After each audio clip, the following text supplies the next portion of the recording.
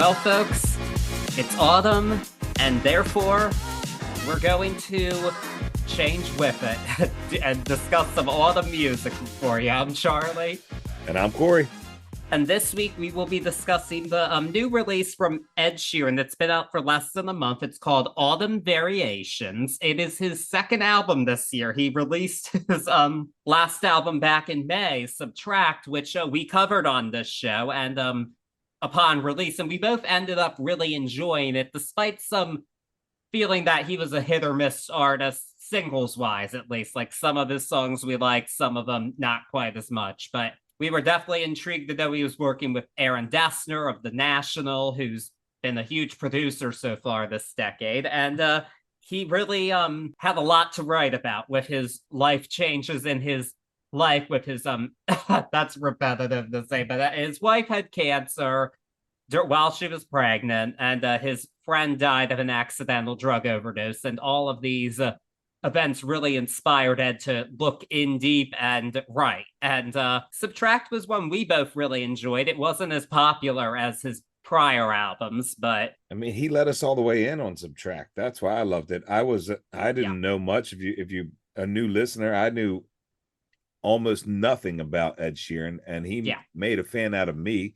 You know, it was a cohesive album. It did exactly what he wanted it to do, and that's, in my opinion, have this cathartic let go and let us in at the same time, which is a great way, especially if you're a singer-songwriter, to get it out.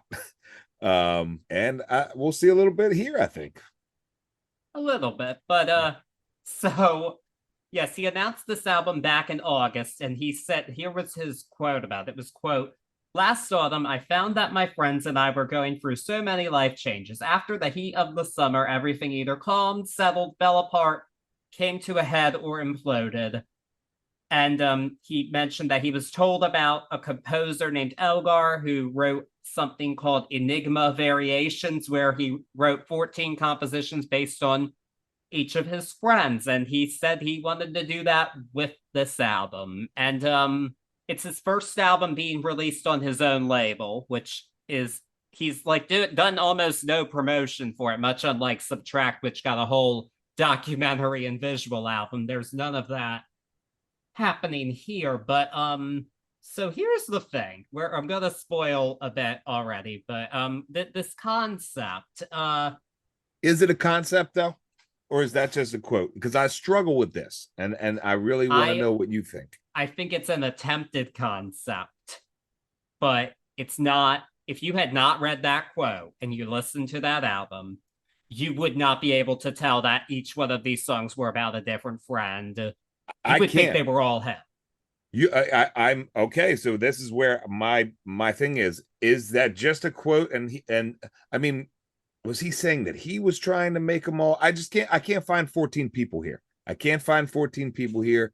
I can't find many other people. If they're 14 people, they're all very similar and have very similar fucking problems. That's all I can understand that sometimes your friends are a lot like you. And again, I knew nothing about the man coming into this, but I really enjoyed reading about him. I really connect to what he's going through, you know, as a new father, as a new husband, or as a husband, period, just as a man. I could feel a lot of that in Subtract, and it was also, you know, given to me visually, which really helped, but then gave me a better glimpse at him from what I think I know of him, especially inside of the album, you know, what he told us and let us see.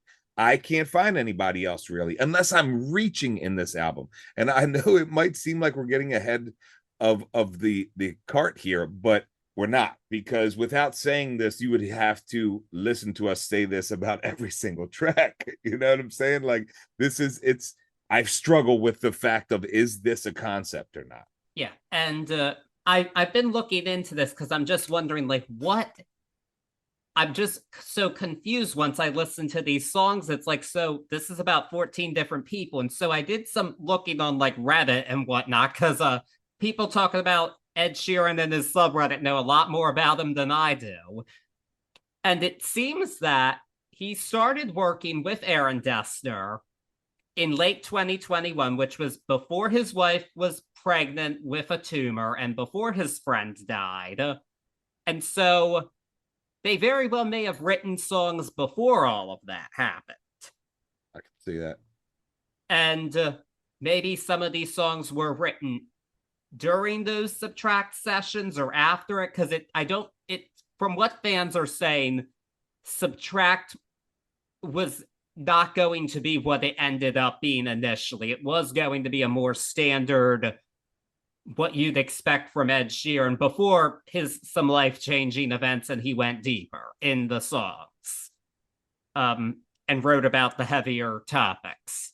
I can feel that same guy that we heard in Subtract dealing with the same problems, I feel like, or it's a lot of the same hangups that we saw in Subtract as well throughout this album. Maybe it's just me. I really do connect with him on that level, or maybe I'm reaching a tad, and we'll see as we go through, but I don't know about 14 Friends. Yeah, I just find that I wonder, like, this is gonna sound terrible, but I wonder, like, are they imaginary friends? Or are they different versions of you? Like, what? Like, I'm just so baffled by this, because it just is not, something's just not adding up in that context for me. It just doesn't make a lot of sense. And so, and it could just be that Enigma Variations was written about 14 friends, and that was where that quote was going, and maybe he was just thinking about these variations on himself. That's what I ultimately get out of this, is the variation on himself, because he's really all over the board here. Yeah, and I feel for him here. If every single one hits true for him, I mean, he's hitting the normal struggles. He does well telling the stories. Now I'm getting ahead of myself.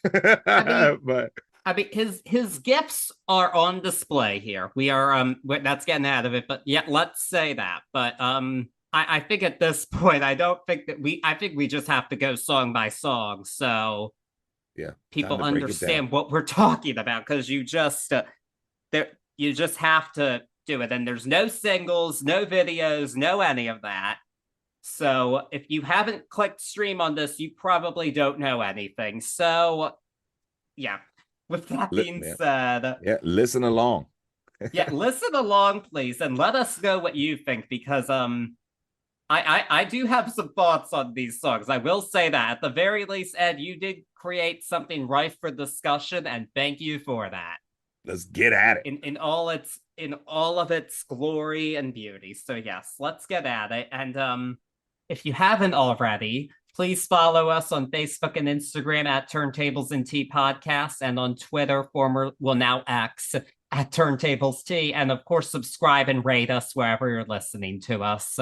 It would be much appreciated to help us get the word out about the show and allow us to keep producing episodes for you all, because it's what we love to do. The album starts with a song called Magical.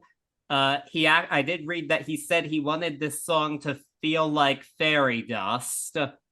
Okay. I don't quite know what that would be. It's not Peter Pan. That's all I can say. But this is a love song, and I think it's a nice love song. I wouldn't go so far as to call it magical or transcendent, but it's fine. I think it's a good opener. It again has a decent hook to it. The lyrics are pretty descriptive. I mean, he's written these kind of songs before, like the love songs, like even on the last album with a song like Curtains or Colorblind, or even just some of his big hits. He can write these songs and connect with a lot of people, whether you're a fan of them or if they were overplayed or whatever. Like, he does this well. Do I think it's a little schmaltzy? Yes, but I kind of expect that from Mr. Sheeran. He's high on the sentimentality when writing a love song, in my opinion, but that's who he is, and he shouldn't change that. So yeah, it's a fairly understated composition too, which I think is good, and we'll see if it stays that way throughout the rest of the album. It is. It's that love song. In all honesty, At first I thought it was a little slow to start the album. First listen, I said, okay, this is a little bit slower than I would figure you would come in on. What he's saying, this beautiful love song, this beautiful magical moment, has got to be him for me. So this is the beautiful love that we know he shares with his wife, and I dig it. I like this. Reminded me of a full pedal board Sheeran. It sounds like a built piece by piece, old school Ed song.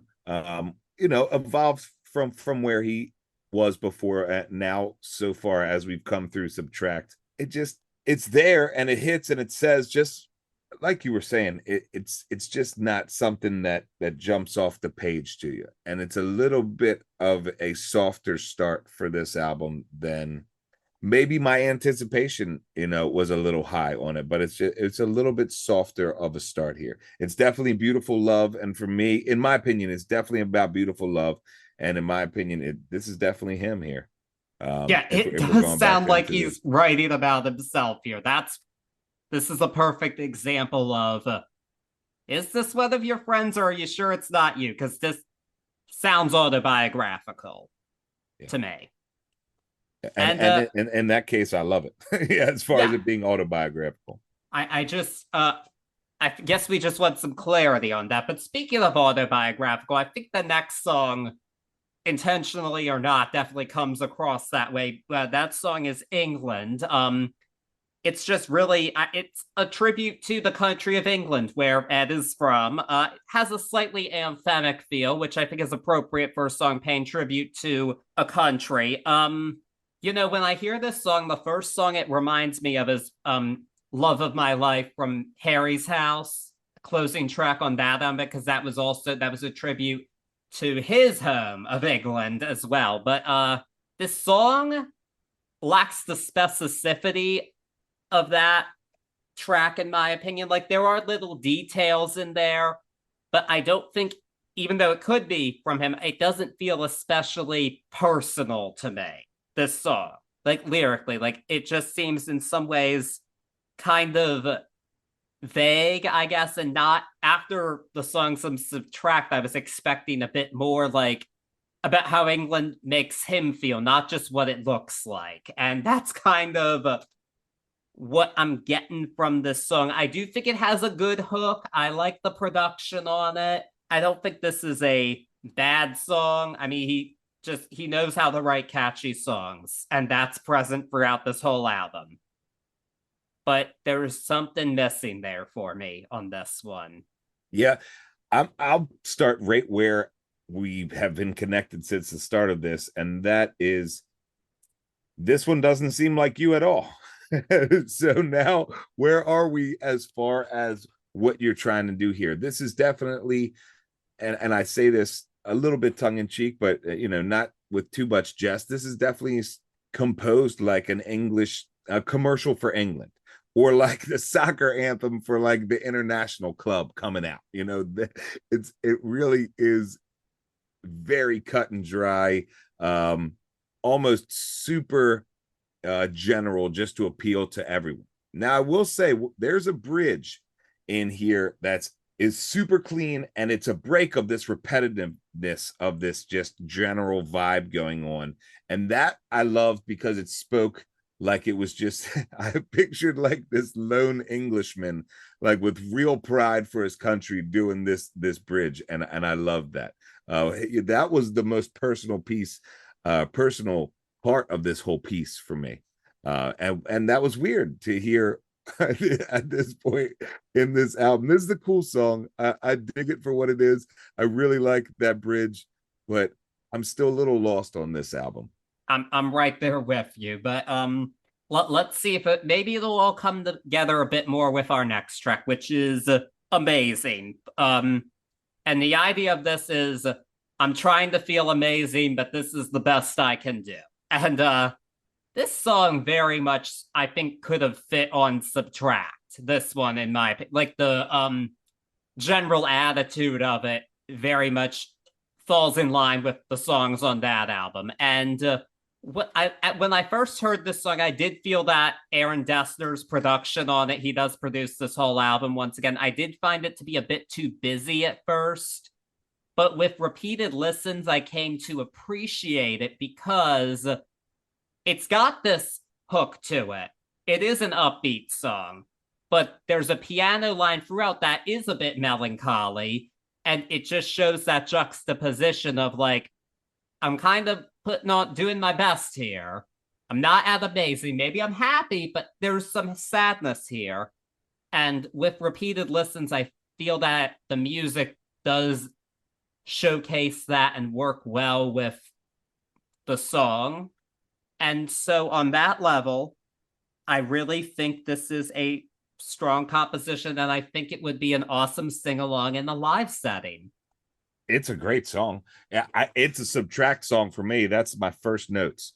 It could have been a subtract song. It is a super upbeat, and I'm so glad you brought this up because it's part of what I feel here and why I connect so much to this one. It's this super upbeat, everything in your face all at once song, but it's really masking somebody telling you about their depression.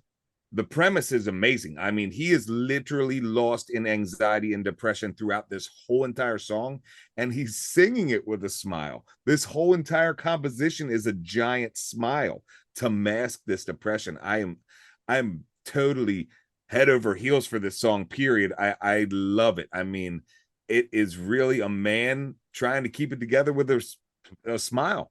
That responsibility of parenthood, marriage, the whole nine, and being lost, keeping that appearance up, but being lost behind. There's so many good lines in here. I'd be here. I might as well just sing the whole song. It's written so well. An amazing premise for a song. This is exactly what I was expecting coming into this album, and the song is heavy enough and good enough to really make me stop thinking the thoughts that we were beating into the ground coming into it of where am I at on this album. It just feels good. It's a good song. It's placed here. It might even be, just thinking about it, what my listening ears were looking for after the first two songs. So it sings a little bit more, but this is a hands down great song. I'm completely with you on that one. And with that being said, we're kind of gonna keep some of that vibe going, I think, with the next track, which is Plastic Bag. I can't be the only, I know I'm not the only person who thought of Katy Perry's Firework upon hearing that title. Oh, see, well, it wasn't me. Oh, okay. I'm sure I wasn't the only one though. So this song, the plastic bag is he's giving love from a plastic bag, which okay, so about the Katy Perry, yes, the line of Firework is, do you ever feel like a plastic bag floating in the wind wanting to start again? And it got a lot of flack. I remember like when it came out, it's like, what does that even mean? That doesn't make any sense. It was from that movie. What was that movie where he was recording that plastic bag flying around in the wind? Oh, I wish I knew off the top of my head. Somebody out there will know. Okay. Quote me on man. It was the first I'd ever heard about this was from Katy Perry.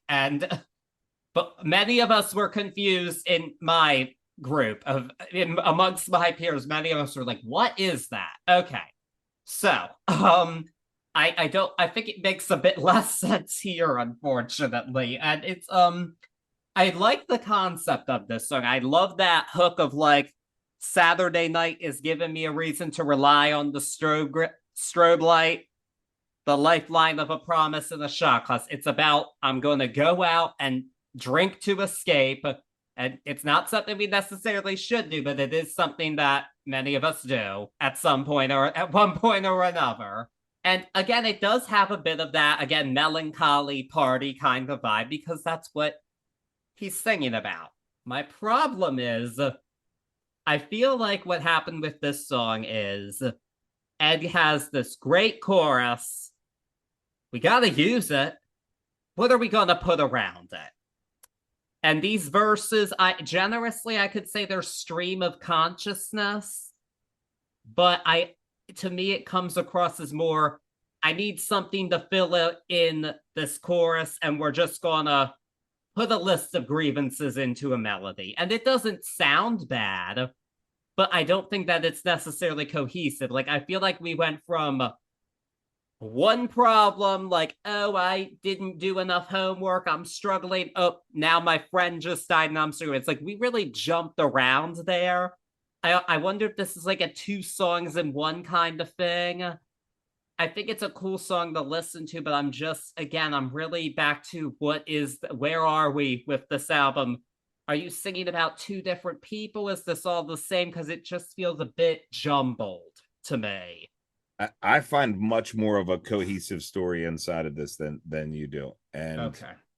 for me, it's this guy, girl, whoever, it's this person who is dying through the week. We're this. I am with you on being lost, whether this is him or someone else.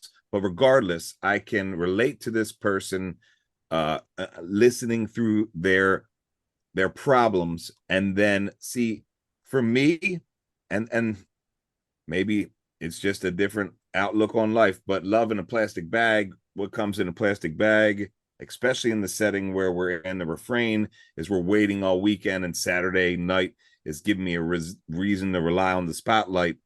But the lifeline of a promise and a shot glass, that's what for me is this melancholy turn here.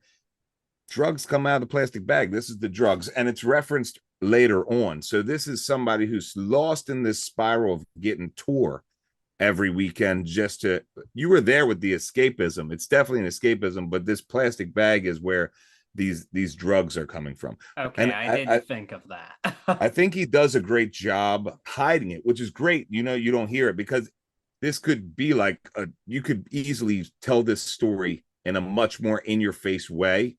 But I think using the end of that hook to put that in there puts another level on it when you're inside of that syntax. It even later on, I'm scrolling through it because I it was another one that if I wrote them all down, it was going to be way too long. But later on in the song, it's almost morning and I'm still not leaving. It's wearing off, but I can still feel it. Another one, and I'll touch the ceiling. That's really for me the one that brings it through and lets you know that this person is fighting it all the way through. There's no want to go back. So this one stuck on me. This one stuck. It was powerful enough. It took me through. I liked the composition here. It was neat. I think, not I think, I liked the play on words throughout this narrative the most here.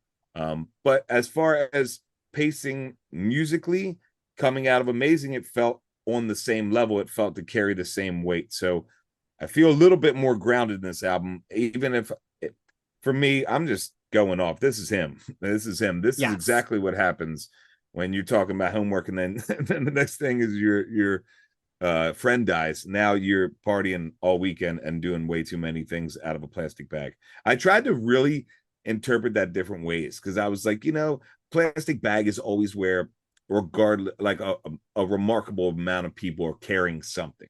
So if you're taking love out of a plastic bag, would it just be like this mundane love?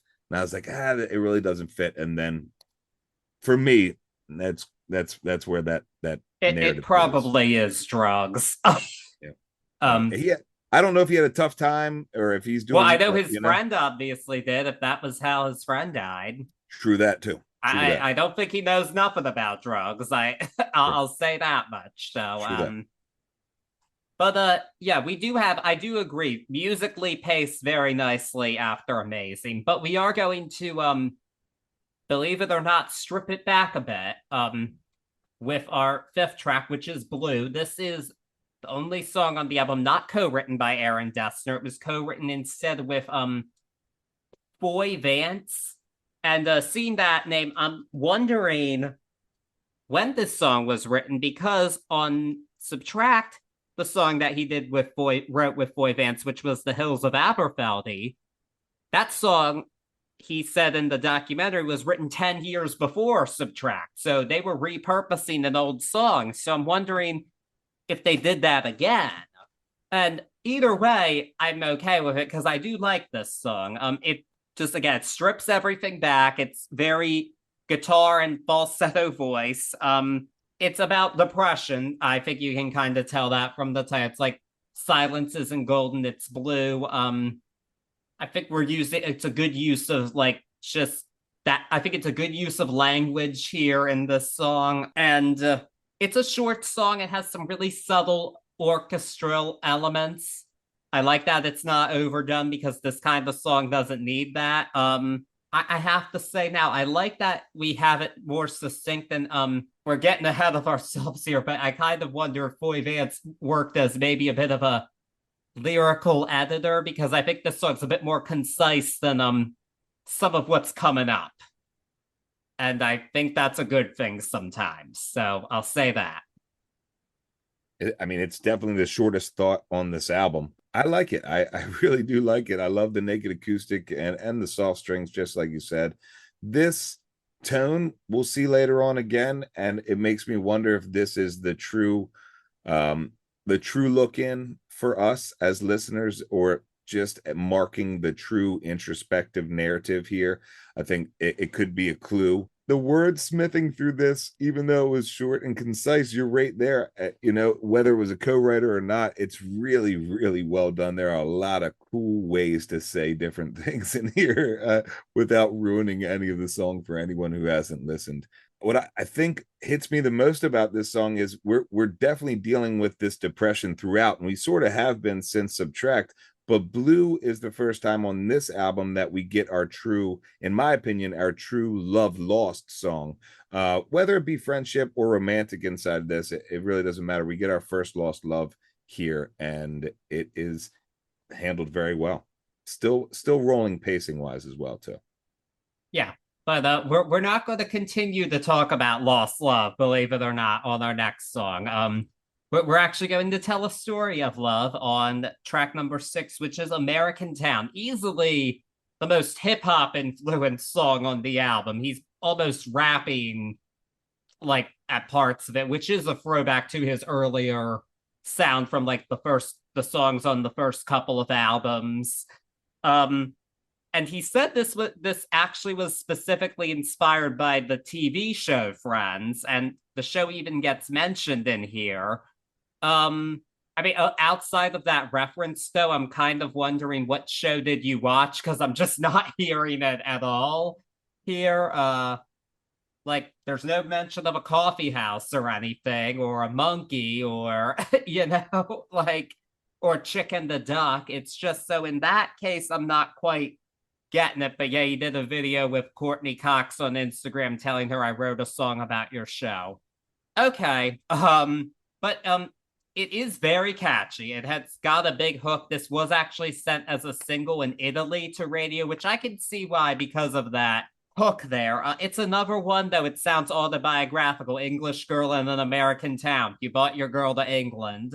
But again, my problem is, so in the review from the British of this album from the British music magazine NME, Thomas Smith wrote that, quote, the nuance and specificity of his last album's songwriting is largely absent.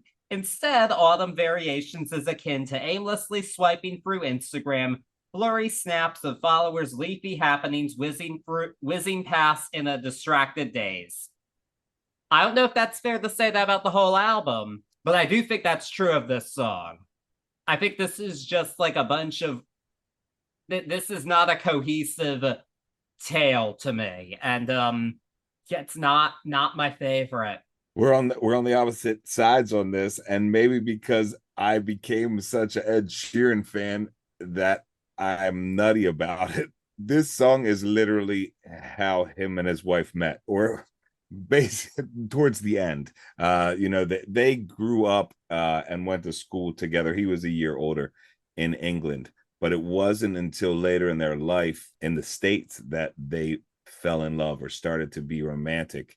Their first date was actually the 4th of July party for Taylor Swift. Oh, okay. So... You're more prepared than I am here. Wow. Well, I'll tell you, because when I was listening to this, I was like, dude, this is his. Also, because I'm searching for these other people, I was like, this is him and his wife. It's got to be him and his wife. So I looked it up. Like, where did they meet? What's the deal? How did it go down? And Sure as shit. We're still talking about you on this album, Ed. So I don't know if there was 14 people, but this one, I love it. It hits right musically, but it's neat to hear this this tale of them meeting. And maybe it's in my opinion, but I really feel like this one is him and his wife, and that's his English girl in an I mean, American town. I think it's his wife too. The friend he's writing about here is obviously his wife. I mean, there's. I think It, this album's a lot more autobiographical than he's admitting to us, but yeah. yeah, that's but yeah, American Town. I mean, I do see it a bit differently now that you told me that. I'll say that it's not my favorite song here by any means, but No, I wouldn't say it's my favorite on the album. I definitely I like the way the lyrics dance off the composition in the refrain here, but I don't know if it's my favorite I do know it's not my favorite composition on the album. yeah, we are a bit there, but I do have to wonder. It's your track 7 coming up, your special track 7. I know, right? And this one is called "That's on Me." Um, this one's another very contradiction-filled song lyrically. Like we're saying, this is just a bump in the ride; it'll be okay. But also, well, it's on me too. Like this sucks, but it's on me. That does feel a bit of a mixed message there, in my opinion. Maybe not everybody else's, but well, yeah, you know. Um, and again, I do. This is definitely that throwback to that earlier sound. He is almost rapping on this. I think from what I'm seeing, I think this is one of those songs where it's like I feel like the fans of those early Sheeran tracks will gravitate to a song like this or American Town very easily. And it does seem that's the case with the album in general. A lot of those early fans seem to like it a bit more than those who were big fans of Subtract, is from what I'm seeing. It seems like if you love Subtract, you don't love this as much. If you didn't like Subtract much, you do like this a lot more. From the fan reactions I've been seeing. And I feel like a song like this kind of showcases that well. Like, because to me, as somebody who loves Subtract, it feels like a bit of a step backwards songwriting wise.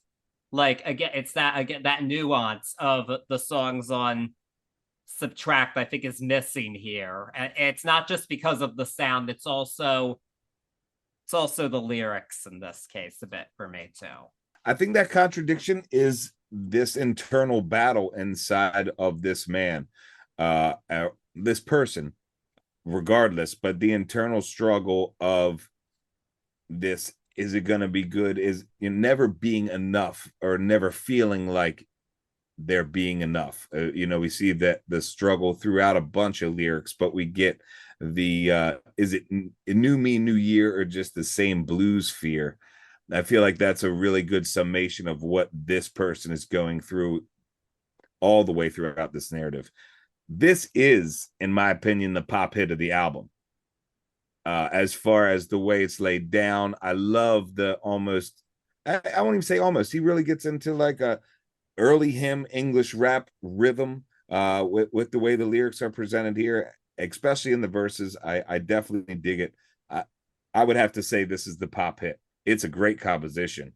It's a cool song, and I think that fight inside is another, maybe I'm reaching, but maybe it's this old school. It's definitely an old school mentality I feel from him in a lot of the introspectives, as far as an old school male mentality, to add on top of that. But I think a lot of these little hits and these little tongue-in-cheek back and forths here really are on the line of like a proper English thought process, where it's a little bit more in the behind the scenes of the way it's presented. So I dig this. I'm on a run right here on this album. I'm digging everything since Amazing on a level where I was on almost on Subtract. That is a fair point. I do think that it's flowed very well. I completely agree with that. But the question is, can we keep it going? Because we are now at that midpoint. And well, let's see with track number 8, which is called page, which, okay, first off, not an exciting title for a song at all. Like, they could have, yeah, they could have picked a better title for this, I'm afraid. But it's generally a song about being stuck on the same page and not wanting to move forward. And this is another song about him or his friend or whoever feeling depressed. And here's the deal. At this point in the album, all of these songs, whether I like them or not, a lot of it's very woe is me. I'm unhappy. And that's real. But on Subtract, at a certain point, after a few tracks of woe is me, which was a good bit, we would have breathers from that too, with a love song like Curtains Are Colorblind, or a song like Dusty about spending time with his kids. There just isn't that kind of breather here. And so hearing all of this, feeling sorry for myself this much in a row, at this point, it's starting to grate on me, listening to it in this album format.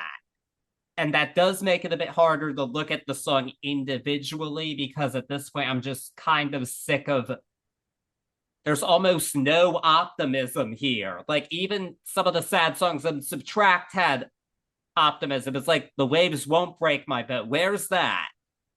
I'm starting to, like, I need something like that at this point. This is too, like, depressing, and I don't think it's particularly remarkable musically or lyrically in any way for me to highlight it. I think it's a filler track. Yeah, one of my notes on this was reminiscent a lot of the feelings musically and figuratively that we've seen throughout this album so far. Unfortunately, Page doesn't really come off the page the same way it's trying to in this narrative. There's a line in there, and I'm paraphrasing, but it's like, I'm a half-read story. This sort of sings like a half-read story. And if it's made to be so on purpose, I can understand that, but there's no reason why it shouldn't sit and resonate like the story's not bad in it. It's just this song doesn't resonate. It is stuck on the page. And I'll give it to you. This one was the tip of the iceberg, or not the tip of the iceberg. This was the one that broke the camel's back as far as listening. And then I'm like, oof. All right, Ed. I'm starting to worry about you now, buddy, because we're getting a little too down the sad way here. And I can respect it and be down with that. But this one was the one where I literally can remember being like, okay, let's turn this bus around. It lacked luster. And unfortunately, it came after a bunch of great songs. So it was the one who stayed around too long, in my opinion. Yes, but fortunately, he should have done it a bit sooner. But we are going to be a bit more optimistic on our next song, which is Midnight. Which, okay, if you want to avoid comparisons to another singer-songwriter we've discussed on this podcast, I'm not sure I would have named my song Midnight, but I thought about that too. But I guess we're not meeting you at midnight, but okay. She will remain nameless for the purposes of this, because this is about another woman, again, his wife. This is another one of those songs. I'm like, Ed, this is not about your friends. But I digress. Beyond that, I think this is another nice love song. It's like, yes, the day is rough, but at the end of it, the worst days will end with midnight in your arms. It's like, yes, what a lovely thought. It's like, there's a light at the end of the tunnel here that I can look forward to. So lyrically, I am ecstatic to have something more optimistic and not feel like I need to have this man on watch constantly for his own mental health. Now, the production on this song actually quite a bit reminds me of Radiohead's In Rainbows, particularly the opening song on that album. And it's a cool sound. I don't think it works for this song at all. I mean, I do like Aaron Dessner. Some have noted like maybe his sound's starting to wear a bit thin, because he has been a busy man. He's put out 2 national albums this year, and he's been booked pretty solid with production work. It's like not every composition's going to hit, and I just think this piece would have fit better with just a more chaotic song lyrically. This is a match that just doesn't work for me. It's like two ideas of good songs that just it's not a good marriage of it though. That's the problem here. No, you're right. Marriage is my favorite part about this, and that's him singing about his wife and how happy he is that his worst days end in her arms at midnight. And there's happiness with this super zesty vibe that we get right off a page, this automatic, like, okay, here we go. But this composition for me is a tad bit too poppy, especially for this awesome story. Like you were saying, it really, they don't fit. There is no marriage here. I am so on board with you that our notes are exactly the same on this. It really is. It's almost blatant how much they don't fit. And I looked if there, I looked for, I try to reach and I looked for that contrast in the lyrics that would make that happen, and it doesn't. It just, this one doesn't fit for me. I wanted it to, and it's cool to have some awesome vibes, and I love what it says. But as far as like, I don't know, man, it just doesn't work. Yeah, the sound is not it. Yeah, but there's a nonstop beat behind it that really drives me crazy. Yeah, and it's not the that I couldn't 15 step. That's what it is. It's that 15 step. Yeah, it's not I couldn't get over it. It was just, man, it is the start of the breakdown of that composition musically for me. Yes, but we are going to go back to stripping things back with our next song. Spring. Ed and Aaron co-wrote this song with Bryce Dessner, Aaron's twin brother and national bandmate. This song is definitely about seasonal affective disorder and being depressed during winter. I know that's something I can relate to a little bit. I've been there before. But holding out for spring. So again, I like that we have, it's like, I am sad, but there is a light here, and I can hold out for the upcoming season, and it'll be better, which I completely relate. That spring's my favorite time of year. It's just the perfect weather, in my opinion, and it's not like horribly dark early every night like it's already starting to get, which makes me want to go the hell to sleep. But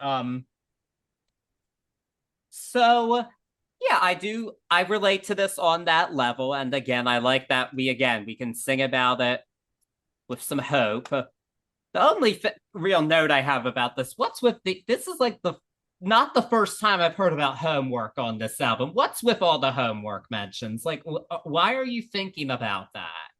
I'm very confused. I have to go look at the lyrics, because the first time I was like, all right, he got something I didn't get, but I didn't see. I don't know. It didn't stick out to me. It's mentioned in the song, and I'm baffled because makes me wonder, like, who are you hanging out with if this is about your friend? That's true. You go back to the friend thing. You go back. Because what, does he have homework? Like, no, he doesn't. He's a grown man. Yeah, man. Maybe it's an English word, like an English variation of something else. I mean, it comes up with homework and canceled holidays. So vacations that were canceled. Maybe it's like stuff you got to do at home. I don't know. Please educate me if I'll look that up. Look that up. I'm telling you, man, I'm hot tea take. I've never heard Ed hit the folk vein as hard as he hits it here, man. This is folk as, excuse my language, this is folk as fuck. Yeah. And he kills it, man. I love this. Can't let the winter win. It's got this wild, like, late bridge at 2 minutes, and it's super unique. It does this wild chord change and brings us right back in. It's almost like, it really made me feel like snow was melting while he was doing this chord change on the bridge, and then is bringing us back into a hope of spring. I really like goodbye to the frosty thoughts of winter. I love this, man. This is a get down track for him. This showed his chops and was produced really well. This is a really, really cool composition, one that I was not expecting. going into the album or just coming through the album so far. This really truly was a spring for me inside of this album. So I dig this one. Yep, so do I. Despite my quibble about the homework mention, I do enjoy the song a lot. Uh, we are getting down with the folk here. Yeah, man. And we're going to keep it going a little bit, I think, with the next song, but not completely, which is Punchline, which not a funny song, but a song about feeling like you're the punchline, which, yep, relatable a bit. I think many of us have been there before, but I kind of wonder if he wrote this when he was like filming his visual album and did the boat video. When I hear him talk about naked, waiting for his clothes to dry, I'm like, I'm sure they were wet after being in the ocean. And the talk of editing the runtime. It's like, what were you working on your visual album then, or your documentary? It's like the main part of this song that seems to be getting a lot of attention is the outro, and I totally see why. I think that it's a really beautiful synthesis of like multi tracks and all that good stuff with where we've been in the song and just more to it. Reminds me a bit of Exile from Folklore in that regard. So I do like this song. I don't think it's the best on the album, like some folks are saying it is, but I do like it. My only real major critique of it is that I think it ends a bit too abruptly. I do wish there was a bit more of a fade out. You know I hate my fade outs. So this song got extra points for that abrupt stop. But you talk about that bridge that we hear at 2:08 and the way it crescendos and multi layers and just takes us through. It's really something that everybody should listen to. A really cool way to come out of this song. This was what I had alluded to earlier. This is another one where off the beginning we get this great acoustic strumming and soft strings, and for me it screams that this is another introspective narrative. This is another look inside of his own head. I love the fact that you were bringing up the stuff that you could see, that he was saying about his experience, because I really do. I think that's when he wrote this coming through. But I think this is our hint again, our musical hint of, hey, I'm going to bring the strumming and the soft strings and I'm just going to talk from inside of me, which I love. And this song doesn't end up like that, but it starts like that, and it really is well done. So this is another one that leads me on my line to believing that this is not about 14 people. This is variations of Ed Sheeran, which I can get behind and I love. I was confused, but now at this point in the album, Ed, these are all just variations of you, baby. That's the realization that I came to as far as at this point in the album. But really neat one, man. I like to hear that people say this is best on the album, because this is one of my faves. Yeah, but maybe he doesn't want to admit that it's variations of himself. I can see why he'd think that based on the lyrical content of our next song, which is When Will I Be All Right? Oh, this one's I find it to be very similar musically to the song Blue. It again is mostly acoustic bass, sung in a falsetto, subtle string arrangement. But I will say though, it is definitely less poetic lyrically. This song is really fucking like depressing as anything. Like whoever is saying these words needs a psychiatrist ASAP. Like you start the song off by talking about thinking about that. I'm like, oh my goodness, seriously? We're doing really?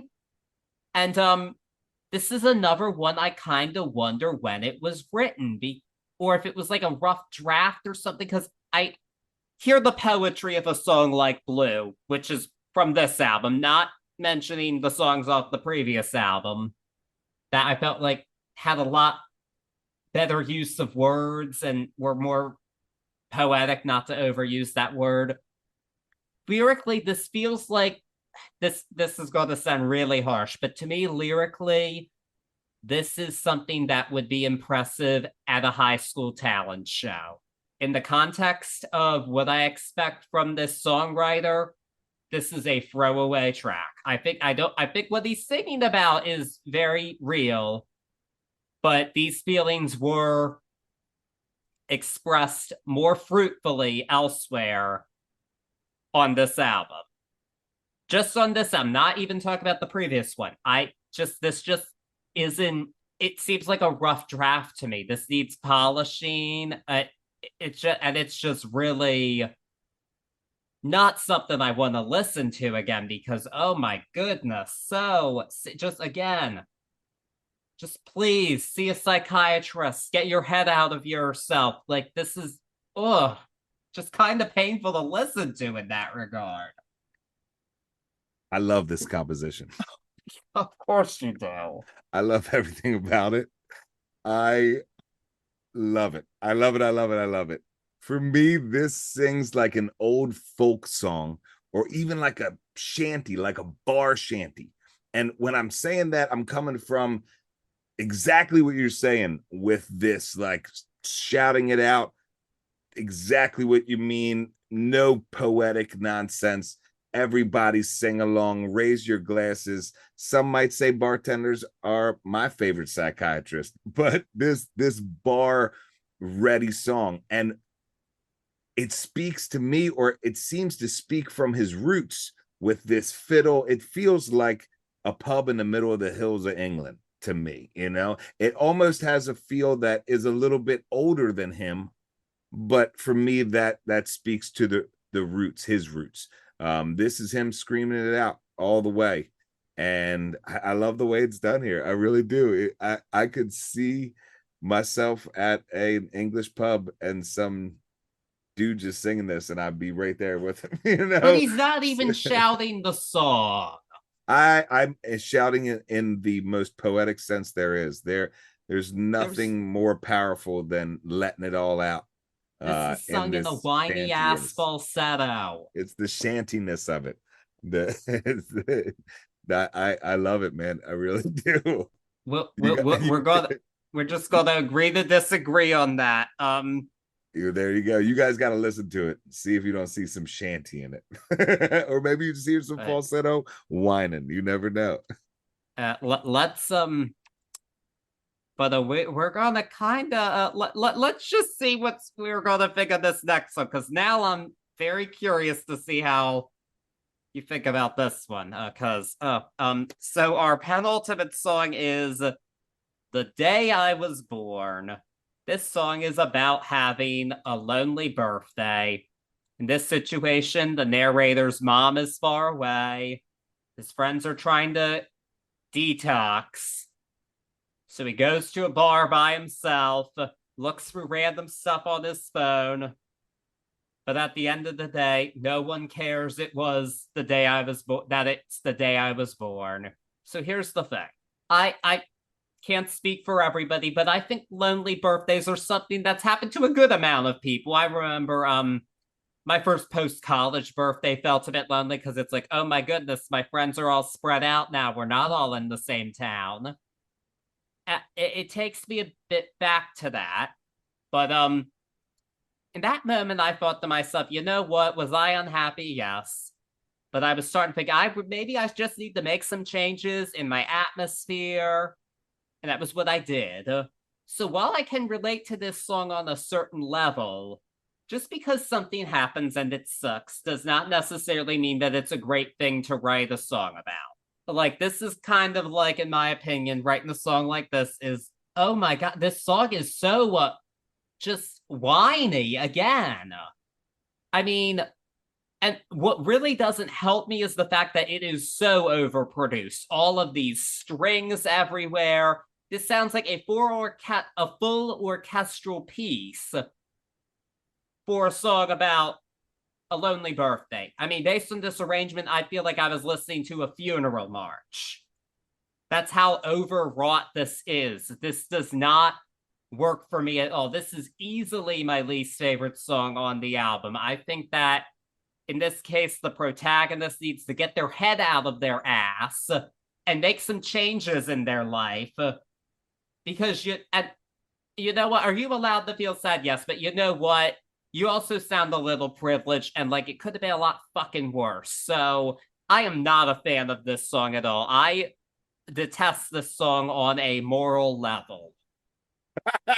Now we can all hope that the character in this narrative goes on to have a better day, but we are inside of a moment that is a literal, just real moment that we're getting here. And of course it's over. Oh, in my opinion, of course it's overproduced because I feel like there's this beautiful tongue-in-cheekness of this whole entire thing. It's almost like a Billy Joel-esque piano character-driven sob story, but I don't feel like it ever takes itself seriously and is almost exactly sang to that merit of like, come on, you're alone for your birthday, whatever. I don't feel like this. I feel like this is a variation of Ed, but I don't feel like this is meant to be a sob piece. I think it's I took it as more of of a lighthearted tongue-in-cheek run at it. Really? It's not my favorite song musically on the album, but yeah, no, I have way different feelings about this song than you do. I didn't feel any of that. I wasn't like stop crying. Where I did earlier, like a page where I was like, hey, we're getting a little bit too slow. I felt it fit. I felt it carried the heaviness of the album. You know, like I didn't feel like it was a throwaway track. um I, I I liked it. I definitely didn't hate it on a moral level. But No, I'm genuinely, there's nothing tongue in cheek about his delivery to me, though. That's where I'm but lost. that for me, the overproduction and that is on purpose, and that it's just a straight up wow wow wow song, you know, overproduced, overdone. It's not meant to be anything but, um, or at least I would hope so. I It didn't certainly hit me hope like that. so, It didn't hit because, me like that. well, I really hope that's the case. That's all I Really can say. I thought it was a bit comical, and That's a maybe it's different way of how I was looking looking. at it. Yeah, I just thought this was supposed to see. Billy Joel is way more snarky than Ed Sheeran, though. Like that that's the but thing. so you speak into that different kind of English commentary period, but more so English comedy is a little bit and a lot more tongue-in-cheek than we're used to. Hey, you know, I don't feel like I'm reaching too much on this, but again, Maybe this you're not, but we've got a couple surveys coming out after this. yeah, seriously, we need some help here. Jeez. Let us know. Okay, so yeah, that's our second to last song on the album. Oh, he didn't describe the album this way, okay? I thought this was serious shit based on a classical composer, and I'm hearing this. What? Yeah, I'm well, confused, Ed. You've baffled us. I think I'm trying.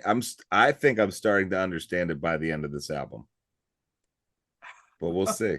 We'll see. You you monster Ed Sheeran, you. Oh boy. Oh boy. All right, but that is not the we do have one more song, though I don't know how we can go after that, because what a just what a song to have to follow, whether you love it or hate it. But um our final song is Head Then Heels. It looks as in head greater than heels, so not head over heels, which would have made more sense, but I guess we gotta be different. Yeah, it's another love song to end the album. I really feel like the love song's been done better at this point. I don't have a lot to say about this song. I think it's kind of really redundant musically. I don't think I'm getting anything new at this point from this, and I think I would have preferred it if he covered like Tears for Fears Head Over Heels instead of this. Sorry, Ed, but that's what I think about that. We definitely get an 80s beat here. We definitely get the love will overcome narrative. You know, we get this really gospel take on it. The final song of the album, for me, I've come to realize that this is the variations of Ed by this point, and the gospel feel for me speaks to the only happy place that we see throughout this album, and that is, or I want to say the only happy place. the only place that he is finding happiness inside of his variations, and that is the love of his wife. And this love will conquer all. If I'm taking it the wrong way, that's just the way it makes me feel. But I hope that's the way Ed's feeling, because mad respect for that. Is it a perfect ender for this album? No. Is it? Does it really fit this album as far as the beat goes? It's not. Now I'm gonna have to say no. It's not my favorite way to end this album, but I will give it silver lining playbook of "This Love Will Overcome All," triumphant take at the end, which is the last variation of Ed we'll see. Yeah. On his album, he said he wanted this album to feel like a hug. Maybe Oh, we I didn't know accomplished. that. I forgot to mention that. I'm not. Maybe at times we accomplished that. I'm not sure we did on every song because oh, this had some pretty heavy, depressing stuff that makes me worry a bit about his mental state. I said that early on. I said it made me feel like I'm worrying about you, Ed, but I love that he let us in, so close to the last time he let us in, which we didn't even talk about that, how close these albums were. It's mind blowing that he had enough introspective stuff to lead us on these journeys, but he did it. But the question is, does this introspection stack up to Subtract, which we both greatly enjoyed? That is the question, and I guess that will be determined in our grades of the album. So I guess in that case, I guess you're going to go first there. Here we go. Here we go with Autumn Variations. Front to back variations of Ed, yes, of course. It took me a while through this album to figure out that it was variations of Ed, but once inside of that context, I really felt like it took on a life of its own. Inside of the life of its own, if I'm looking at Subtract, this one was a lot more cut and dry, and it dealt with a lot deeper of the depression variations of Ed Sheeran, which I respect seeing. And yes, we said it worries me a little bit, but it is a true introspective record in that right. As far as the pacing of the album, for me, it picks up at track 3 and it falls off right at track 12, 13. That's it doesn't go the full distance, but it goes most of the distance on really realized tracks that I think were not cutting room floor stuff from Subtract that I worried about, and made for a cohesive album. I'm going to give this album a B. I don't think it was truly fully recognized, but I really respect him doing this much introspective work with the level of quality that he achieved here. And I still look forward to new stuff from him. I'm still a fan inside of what he did here. All right. Yeah, I did have high hopes after Subtract for this. I don't think this is cutting room floor necessarily. Maybe some of it was written around the same time, but this is a separate album.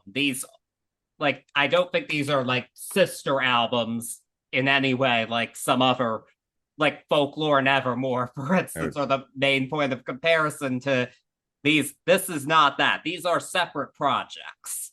And so I'm grateful for that. I don't think that it's quite as focused as Subtract was in terms of the narrative. And it was that NME quote. Like, I think there's a lot of nuance missing from these songs.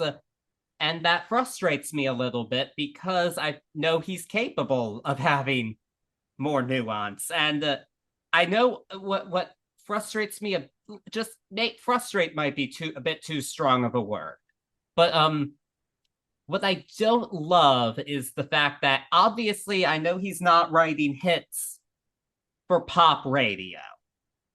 Like when I hear something with a more obvious hook and we're going to let some other things go, if you're writing a hit for pop radio, I can kind of get that. I know he wasn't trying to do that here at all.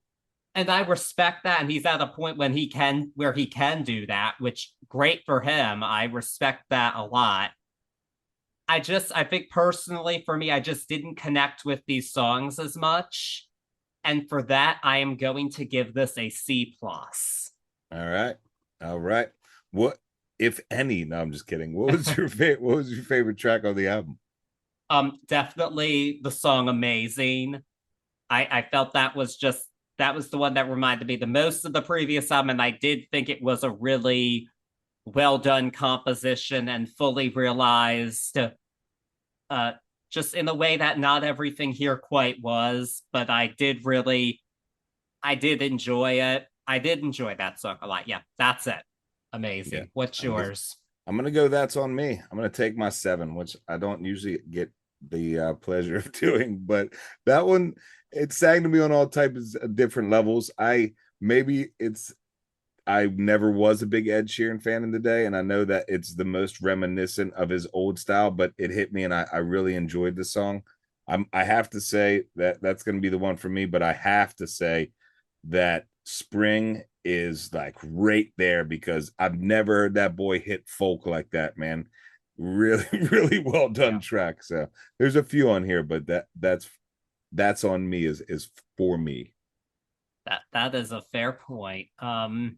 Yeah, there we have it, Autumn Variations. But alas, for whatever reason, even though it is still fall outside, it's not going to remain fall on this podcast. Because folks, you love it or hate it, on Turntables and Tea, Christmas is coming early this year. And that's because none other than Cher is releasing a Christmas album, and it comes out October 20th. May already be out by the time you've streamed this episode. But in case you don't know, I did a whole Cher podcast, or he was on a couple of them. I'll get canceled if I don't do the new Cher album as soon as it's released. How many new tracks do we have on this album that aren't Christmas classics that we know of? It is looking like there are going to be 6 original Christmas songs on there. The first single is already out, which is DJ Play a Christmas Song. Very Eurodance. It's very reminiscent of like the Believe era Cher for me. I've enjoyed it so far. I don't know if you've gotten a chance to listen to it yet, but I know I like it. I'm excited to hear anything new Christmas, and love it or hate it, we're gonna break it down. Drop, yes. Get all the tea on it. Yes, and but the good news is with some of the old songs, we are getting duets, and this is the first Cher album that wasn't with Sonny to have multiple duets on it. They're usually, when Cher's done a duet, it's almost always been on someone else's album. So that'll be really interesting to hear. And we've got some great artists. We've got duets with Stevie Wonder, Darlene Love, Michael Bublé, and Cyndi Lauper. And on one of the original songs, we actually have a track featuring the rapper Tyga. All right. So, yeah, we are going to break it down for you. And not really repetition from even what we discussed before on this show with our Christmas albums. It might not be, I don't think it'll be the last Christmas album we discuss this year, but it's exciting to be discussing new material for sure from both Cher and for holiday music. There you go. Getting it early. I'm giving it to you guys. Yes. So I'm very much looking forward to that. I don't like to listen to Christmas music this early ever, but anything for Cher. That's my motto, in case you didn't already know that. So until then, just stay tuned, cozy up with your blankets and your fireplaces, and we are going to get our Christmas on early this year with none other than Cher. Can't wait for it. See you all soon. Peace.